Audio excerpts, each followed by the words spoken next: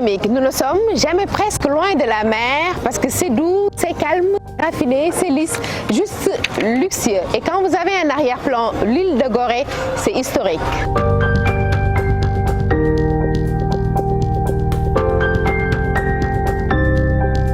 L'histoire, les traditions, le luxe, la générosité, l'excellence, entre ces valeurs, ces principes, nous naviguerons dans ce deuxième numéro de votre émission académique.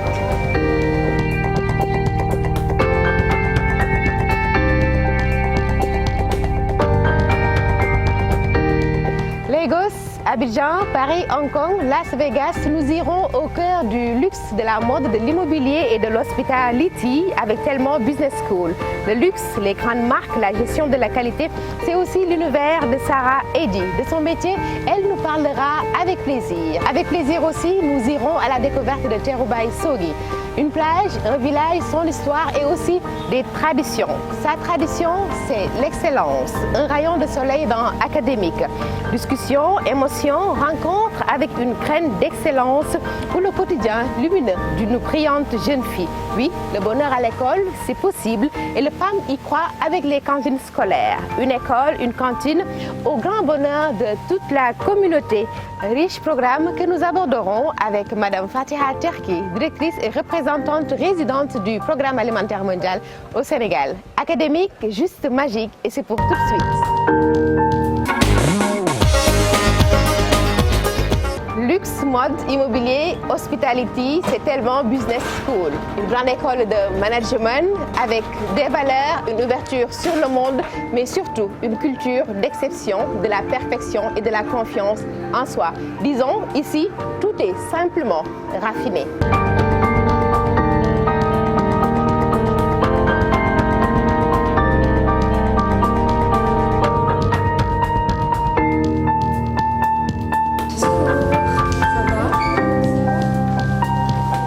Joli décor, belle couleur, douce vague de fraîcheur avec une vue sur la mer.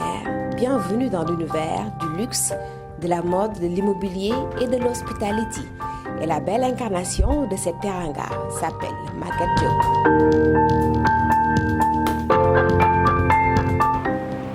Bonjour Astumben et bienvenue à Telma. Tellement ou la recherche permanente de la perfection, tout simplement, tellement l'excellence. Astumben, Telma, c'est 4 valeurs. Et la première, c'est la passion. Elle est la principale motivation des jeunes Africains qui nous rejoignent. Après, je citerai 2 valeurs, c'est l'excellence et l'exigence, qui s'imbriquent plus ou moins et qu'on essaie d'inculquer à nos étudiants durant leur parcours. Et enfin, le professionnalisme qu'ils commencent déjà à l'école, parce qu'enseignés par des professionnels qui invitent à la rigueur, à la bonne gouvernance et à l'éthique. Des valeurs qui illuminent le quotidien de Amadou et Serena.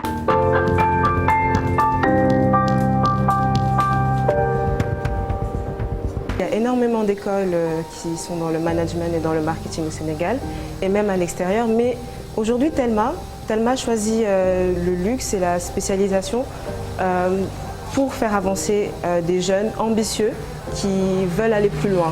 Telma, c'est le professionnalisme, c'est l'excellence. Telma a une certaine valeur ajoutée sur notre personnalité. Parce qu'on a énormément de cours sur le développement personnel, sur le dress code, sur énormément de choses. C'est sans prétention bien sûr, tout en gardant notre humilité. Mais oui, on gagne énormément en confiance. Madame Diop, une humilité, une confiance qui ouvre les portes des grandes capitales du monde, symbole du luxe. Ça me fait penser à Hong Kong, Las Vegas, Lagos. C'est comme si nous y étions à Telma. Absolument, Astumben, puisque le choix de ces noms de salles n'est pas fortuit. C'est un peu pour symboliser cette ouverture dans le monde que nous réclamons. En effet, nos étudiants sont formés aux standards internationaux, mais également on leur offre beaucoup de choix de mobilité pendant leur cursus, d'aller une partie de leur formation dans des pays partenaires, mais également d'aller faire leur stage à travers le monde. Et ça leur permet, quand ils arrivent en fin de parcours, d'être complètement ouverts sur le monde. On en a une belle illustration que nous allons voir, je pense, à travers Serena et Amadou. Magnifique. Telma m'a permis de découvrir beaucoup de choses. J'ai commencé en première année Ici, à la fin de ma première année, je suis allé en France, j'ai fait un stage. On était nombreux, j'avais des amis qui allaient au Canada pour faire des semestres linguistiques, d'autres qui allaient en semestre d'échange, d'autres qui allaient en stage un peu partout, d'autres sont restés en Afrique. Ils sont allés au Maroc, en Côte d'Ivoire, ce qui montre qu'on avait une certaine mobilité internationale. Et avec Telma, on a aussi la possibilité de participer à des concours internationaux. Par exemple, j'ai participé au concours de L'Oréal Brainstorm où je suis allée en demi-finale internationale.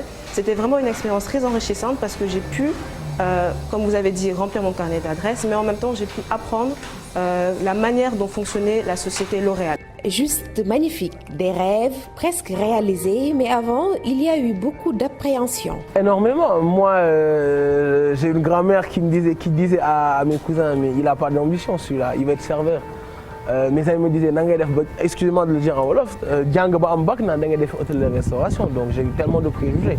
Ces personnes aujourd'hui me disent, ah, tu avais raison. En général, les gens me demandent tout le temps pourquoi j'ai choisi ça et qu'est-ce que ça va apporter à l'Afrique.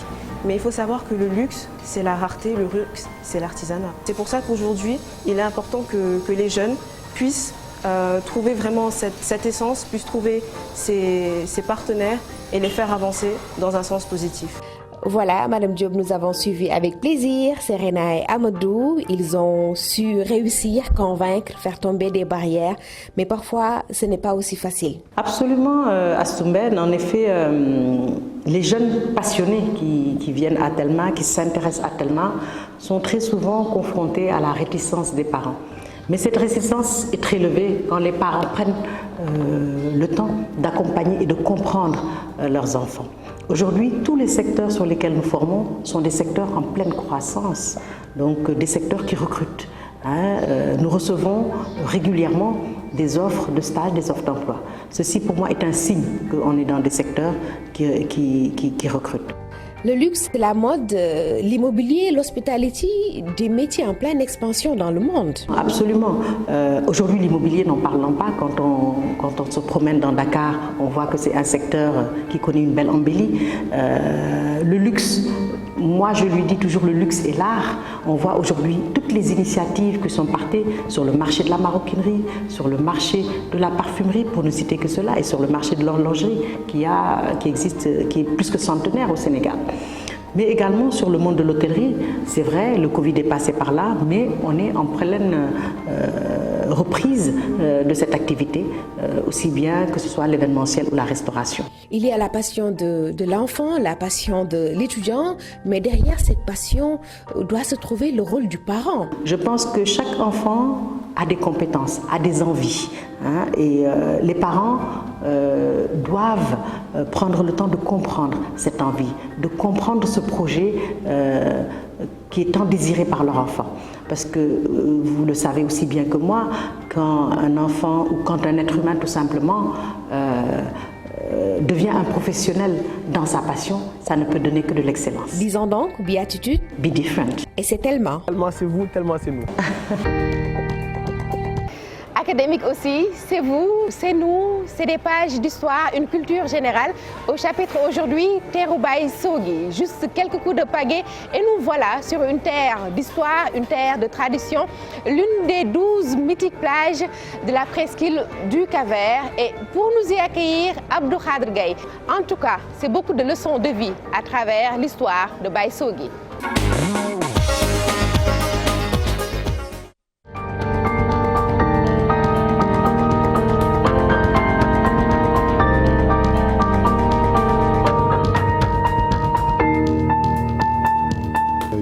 Abdou Khadre Gaye et je suis le président de l'ONG EMAD, Entente des mouvements et associations de développement, et coordonnateur du festival Mémoire des pays et villages traditionnels lébou. Je vous souhaite la bienvenue sur cette plage mythique de Dakar, Teeru Baye Sogui, une des 12 plages traditionnelles de Dakar. C'est tout un symbole parce que l'homme Baye Sogui Ndoye fait partie des ancêtres de cette population autochtone de Dakar. Il a vécu au XVIIe siècle. Beaucoup de légendes accompagnent sa personne. Parmi ces légendes, la création de cette plage. Mais d'abord, vous dire que Baye Sogui Ndoye habitait le premier village traditionnel que les Lébous ont eu à fonder sur cette partie de la presqu'île. Le village s'appelait Tanougej et se situait vers la pointe de Dakar. l'immeuble de la BCAO que vous apercevez là-bas était le centre du village de Tanougej. Ils se sont installés au niveau de la pointe, qui était le coin qui avait plus de sécurité, le plus accueillant. À l'époque, la place de l'indépendance était déjà la place. C'était la place Baye, le nom que lui avaient donné les autochtones, parce que dans tous les villages lébous, il y a toujours une grande place qui permet la respiration des villages et de la cité. Tanougej, oui, on dit que c'est le premier village fondé par les Lébous sur cette partie de la presqu'île. Mais sur le promontoire, où les Français ont eu à construire plus tard une forteresse, il y avait un grand tamarinier qui faisait face à l'arbre qui a donné son nom à l'île de Gorée, Bér, son nom traditionnel. Donc c'était un arbre majestueux qui ressemblait un peu au baobab. Et ces deux arbres se faisaient face. On dit un des noms de Dakar, l'origine du nom vient de Dakar, le tamarinier, et on dit que c'est ce tamarinier de Tanougej qui a donné son nom au nom Dakarou. Mais on dit ok, mais moi de Carlo, vivre face à face, en bonne entente. On dit aussi moi de Karaou, le pays refuge. Donc c'est le premier village qui a enfanté tous les autres, mais particulièrement Guy-Salane et Ok. Pour le palais présidentiel, si tu te mets sur l'avenue de la République, pour observer le palais, il y a une grande porte ouverte et qui donne sur la mer. Ce n'est pas fermé. C'est parce qu'à l'époque, les anciens leur ont dit qu'il faut que les deux mers s'observent et se regardent. Et cette partie de la presqu'île est l'œil de Dakar, bëtu Ndakaaru fa la ne. Donc soo leen fàttee bët bi itam bàyyi leen bunt bu ñaari géej yi gisante. On disait à l'époque, prenez garde que les deux mers ne se rencontrent. Parce que le jour où ces deux mers se rencontreront, ce sera la fin du monde. Les deux mers, c'est quoi? La Grande Côte, Guéj Galaway, la mer chantante, bruissante, avec des vagues qui a donné le nom Guédiawaye. Et l'autre mer, c'est cette mer de la Petite Côte, qu'on appelle Guéj Guirou, la mer calme, qui a donné le nom Guérou. Et quand on était petit, grand-père nous disait, quand il y avait, la mer était agitée, n'y allez pas, parce que la mer Guédiawaye, qui est identifiée à un homme, et allait faire la cour à la mer calme, qui est féminine. Les deux mers sont en train de s'accoupler, d'où l'agitation. Baye Sogui Ndoye passait sa vie entre le village de Tanougej, situé sur la pointe de Dakar, ses champs situés dans l'emprise de l'actuel palais présidentiel, et donc le débarcadère dont il est devenu le parrain. Donc Terrou Baye Sogui, c'est le débarcadère de Baye Sogui Ndoye. On dit qu'il savait dompter la mer. Aujourd'hui, elle s'est retirée, elle est calme. Peut-être que c'est l'esprit de Baye Sogui qui nous accompagne. Et avec plaisir, nous restons à Terrou Baye Sogui. La mer nous a accueillis avec énormément de douceur et nous en faisons pareil avec notre invitée Sarah. Merci d'avoir répondu à l'invitation de Académique, l'invitation de la télévision Futur Média. Nous sommes dans notre filière de la semaine et nous parlons de votre métier. Merci d'être là. Merci à vous pour l'invitation, ça me fait très plaisir. Juste préciser que vous avez mis en stand-by un événement pour venir partager avec nous votre expérience professionnelle, votre cursus scolaire. C'est vrai qu'avec la reprise de l'activité à l'hôtel, il y a beaucoup d'événements qui s'enchaînent et beaucoup de clients aussi, réouverture des frontières, donc c'est le moment. Responsable qualité, ça demande beaucoup de temps? Oui, ça demande beaucoup de temps, beaucoup de précision, beaucoup de patience également. C'est un métier où on est tout le temps en contact avec les clients. Donc on a des retours directs sur leur expérience dans l'hôtel. Donc on est vraiment au premier plan, on récupère le ressenti, l'expérience client. On l'évalue de sorte à pouvoir proposer un service d'une qualité toujours irréprochable. Le métier de chargé de la qualité, c'est quelque chose de très vaste dans le sens où ça englobe énormément de départements. On travaille aussi bien avec la cuisine qu'on travaille avec le service technique. Donc en fait, on peut tout simplement venir d'un autre département ou bien d'un autre domaine et trouver sa place. Ça diffère un petit peu du marketing où on communique sur les événements et tout. Là, ça va être une communication plus interne qui va être plus précise. Par exemple, ça va être sur la qualité des plats, la qualité des animations, les équipements qui sont dans les chambres, comment est-ce que l'on est reçu à l'hôtel, pourquoi est-ce que l'on va choisir cet hôtel et pas un autre, qu'est-ce qu'il y a en plus. C'est la valeur ajoutée en fait, la dimension humaine qu'on va essayer d'amener. Précisez que vous êtes titulaire d'un bachelor en management du luxe. C'est quoi précisément? Qu'est-ce que ça demande comme formation? C'est un métier qui se rapproche énormément du marketing, qui se rapproche énormément des commerciaux, qui se rapproche du service. On est directement avec le client, c'est du guest relation. Donc il faut aussi être un petit peu ouvert d'esprit, patient. Et les langues, c'est beaucoup. Capital? Oui, c'est très important. Au minimum combien de langues? Alors l'anglais est essentiel parce que voilà, on est vraiment, voilà, c'est la base. On ne peut plus travailler aujourd'hui si on ne maîtrise pas l'anglais. Après, plus on en parle, mieux c'est. Mais tant que l'anglais est validé, tout le reste, ce sont des valeurs ajoutées. J'ai fait à peu près 1 an d'études de philosophie à la Sorbonne. Donc j'ai voulu me former à Paris. Donc, je suis allée à l'École internationale de marketing du luxe, le IML Paris, qui se trouve dans le 15e, où j'ai fait un bachelor en 3 ans. Donc un bachelor vraiment en marketing et communication du luxe. Donc c'est très vaste, on touche un petit peu à tous les domaines. Moi par exemple, je suis passée par la parfumerie, je suis passée par la vente d'objets très rares dans une maison d'apparat. Et puis j'ai fini vraiment dans l'hôtellerie parce qu'au Sénégal, en termes de luxe, c'est ce qu'on trouve plus facilement, j'ai envie de vous dire. C'est là où vraiment le luxe, on le sent présent. Et le bachelor, donc les 3 ans sont vraiment générales. C'est-à-dire qu'on peut faire le tour de tous les domaines, on apprend les marchés du luxe, on apprend les principaux acteurs, on apprend les grands groupes, notamment Accor, le groupe dans lequel je travaille en ce moment. J'avais eu l'occasion au cours de mes études d'apprendre leur stratégie, donc c'était même plus facile pour moi de comprendre l'identité de la marque. Donc l'emploi du temps est organisé de sorte à ce que la moitié de la semaine, donc par exemple lundi, mardi, mercredi, on va en cours toute la journée. Et jeudi, vendredi, samedi, on n'a pas cours ou on a très peu cours pour pouvoir avoir un travail. Ou en tout cas avoir une alternance ou un stage ou une expérience professionnelle en lien avec notre formation du moment. Et ces deux-là vont se compléter. Sur la balance, vous avez cours théoriques et pratiques. C'est ça, exactement. Ils fonctionnent ensemble. Donc par exemple, moi à côté de mes études, je travaille dans une parfumerie de niche où on créait du parfum. On était vraiment dans une expérience directe avec le client. Ça m'a permis d'utiliser les compétences que j'ai apprises pendant mon stage dans mes cours. C'est vrai qu'on apprend beaucoup avec les études, mais je pense que dans l'hôtellerie et dans beaucoup d'autres domaines, ça passe énormément par la pratique. Il faut être sur le terrain, exactement. C'est en étant dans des situations avec les clients qu'on apprend à rebondir sur le moment, à improviser. C'est ce qui va nous servir peut-être demain à gérer une situation peut-être plus compliquée même. Voilà. Très bon courage Sarah, merci beaucoup. Bon courage pour la suite.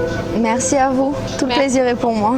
Merci beaucoup, merci aussi au Cercle de l'Union qui accueille aujourd'hui votre émission académique. Autre lieu, autre rencontre, cette fois-ci avec la directrice et représentante résidente du Programme alimentaire mondial au Sénégal. Voilà, la table est très bien garnie. Ça se voit que nous sommes dans les locaux du PAM, le Programme alimentaire mondial. Madame Fatiha Terki, merci de nous recevoir chez vous. Vous êtes les bienvenus, c'est un honneur de vous avoir dans nos bureaux. Merci beaucoup. Et nous sommes là pour parler d'un programme assez spécial pour le PAM, les cantines scolaires. Qu'est-ce que ça représente pour vous?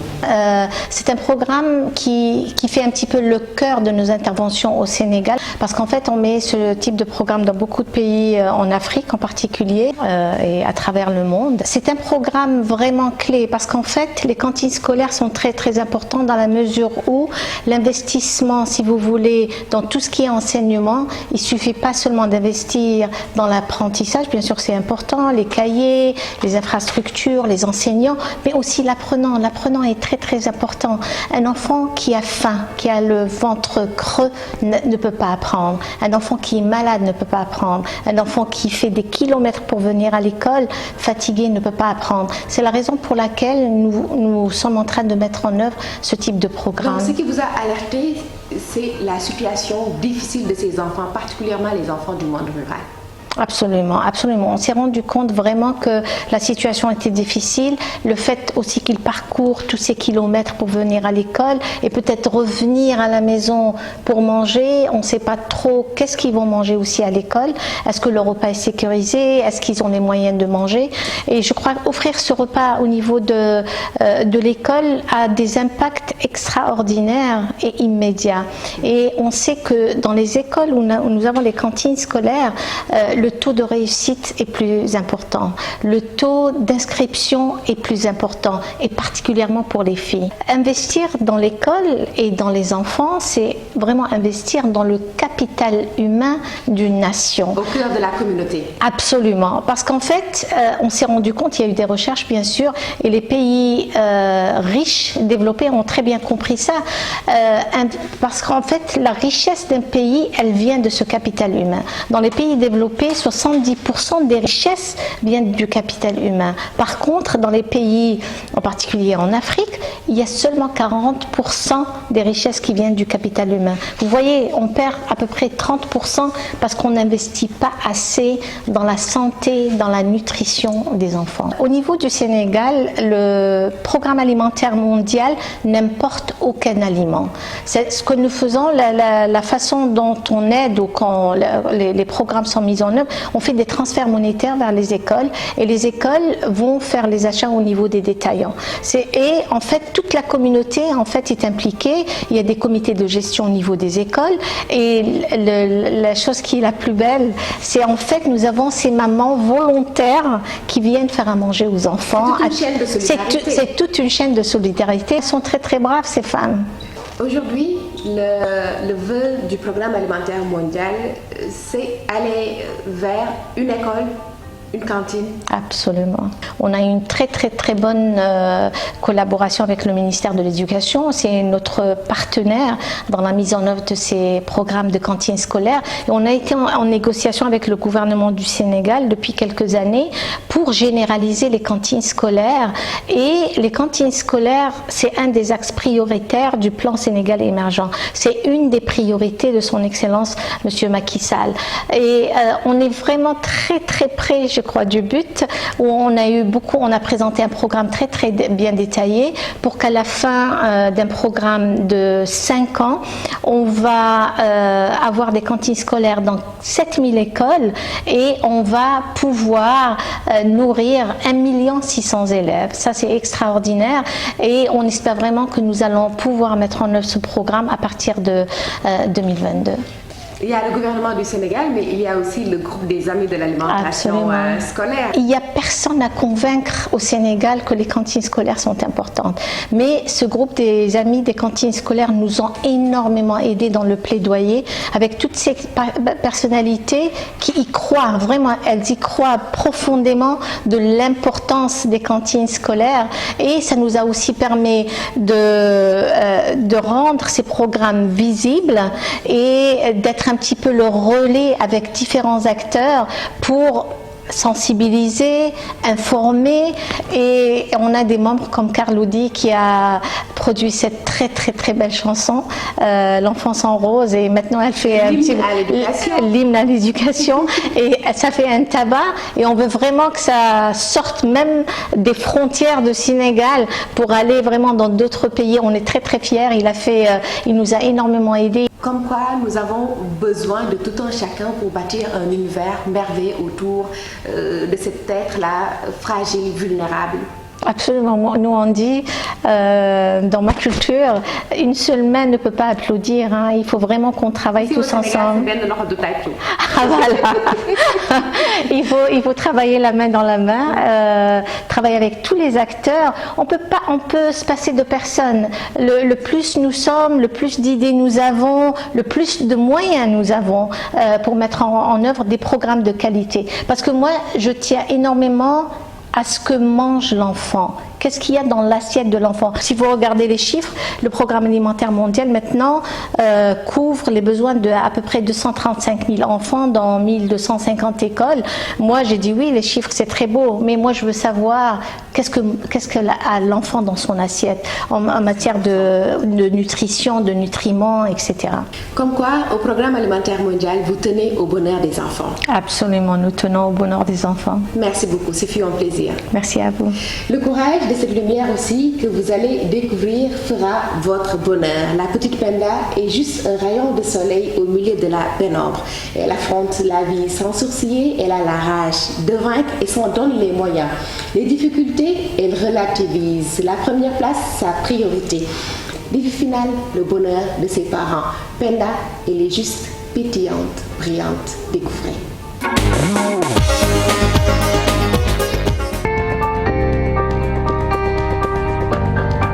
Brillante, pétillante, mais aussi accueillante et à sa façon.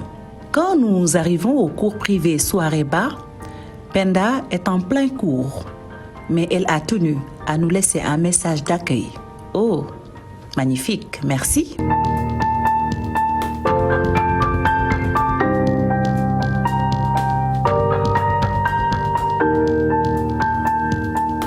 Pour nous, elle se libère un moment de son cours d'histoire et de géographie. D'un pas ferme et assuré, elle nous conduit sur la terrasse de l'école qui l'accueille à l'aube de sa vie. Aujourd'hui, le soleil presque au zénith, nous découvrons l'univers de son enfance, de son milieu scolaire.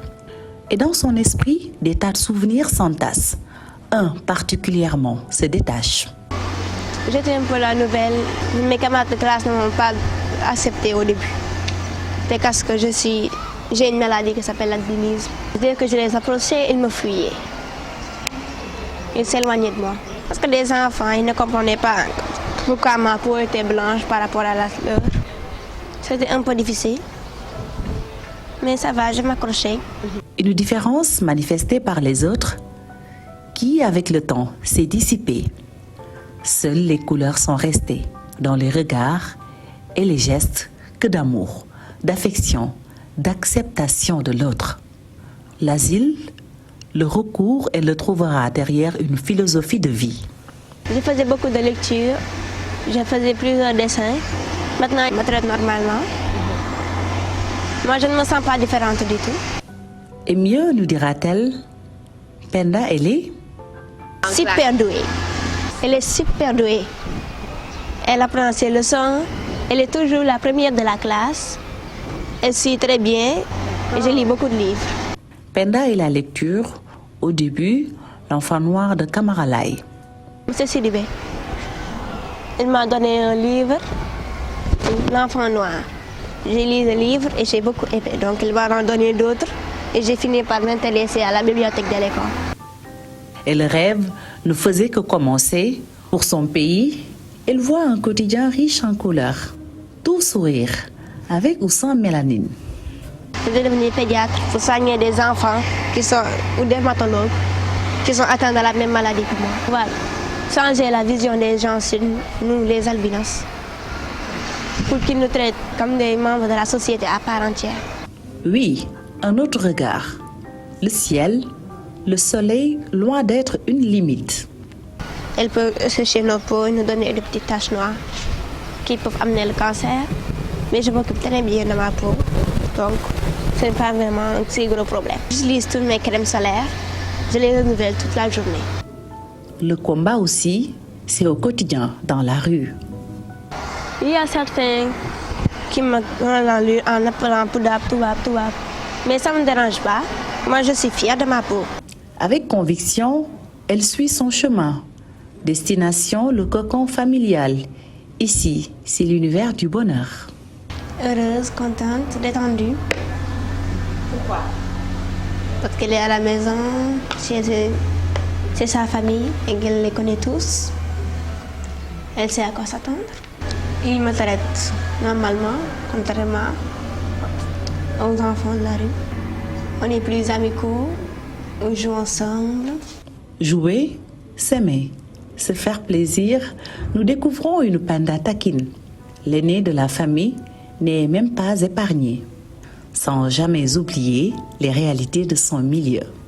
C'est assez compliqué de trouver un travail, de nourrir sa famille. Mais comme je suis jeune, je ne suis pas autant de pression.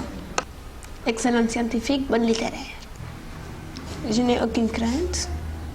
J'imagine juste la vie d'un œil rêveur. Positive, optimiste. Maman, j'espère dans quelques années, quand je serai grande et que j'aurai un travail, par exemple la médecine, si Dieu le veut, j'aimerais pouvoir t'amener à la Mecque avec papa. Son silence et son regard baissé en disent long sur son désir de réussir, de servir. Je peux manger à la maison, faire la vaisselle ou quelque chose du genre, mais je ne fais pas la cuisine, c'est ma sœur qui cuisine. J'adore bien le thé boudja. Et pour nous, une délicieuse tasse de café aux senteurs exquises. Et nous revient en tête sa philosophie de vie. Mille merci ma grande pour cette tasse de générosité, de passion, de solidarité et de détermination. En tout cas, nous attendons le fameux ceebu jën avec plaisir. Là, nous profitons du vent frais de la capitale et c'est un plaisir. C'est aussi un plaisir de vous servir, chers téléspectateurs. Merci aussi à l'équipe technique. C'était académique, juste magique.